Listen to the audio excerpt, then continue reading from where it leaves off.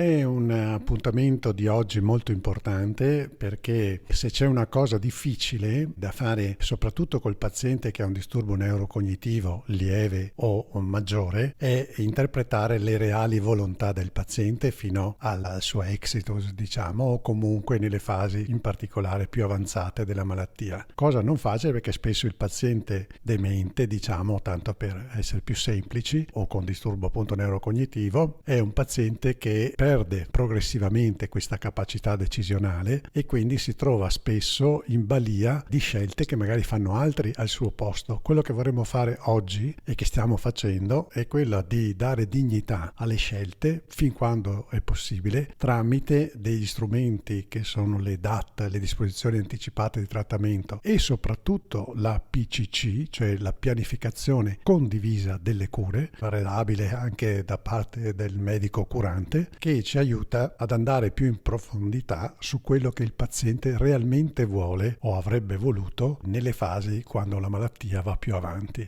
Questo è un problema non facile, mi sono molto stupito anche del numero di partecipanti perché spesso si tende ad accantonare, a non vedere, e quindi il buon obiettivo formativo è dato dal fatto che anche chiedendo oggi a chi era in sala quanti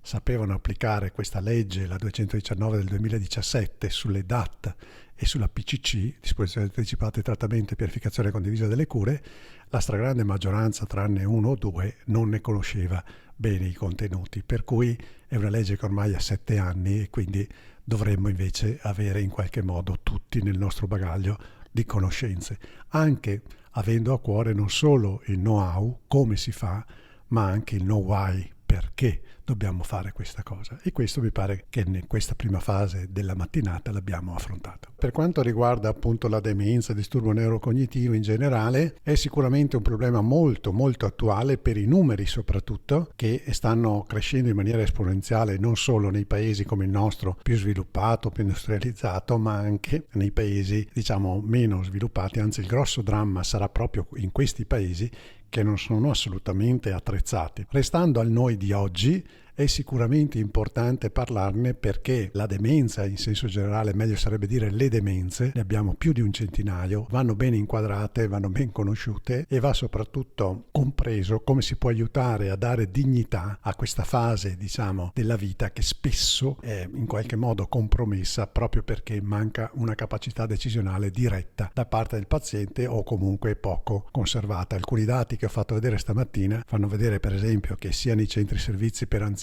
negli hospice, negli ospedali anche, la quota di non competenti o parzialmente non competenti supera il 70-80%, per cui capire cosa fare quando uno non è in grado di esprimere pienamente la propria volontà, soprattutto perché magari è affetto appunto da una patologia neurocognitiva, è molto importante ed è quindi fondamentale proprio perché se vogliamo dare dignità, vogliamo salvaguardare la vulnerabilità di questi soggetti e interpretare al meglio la loro autonomia,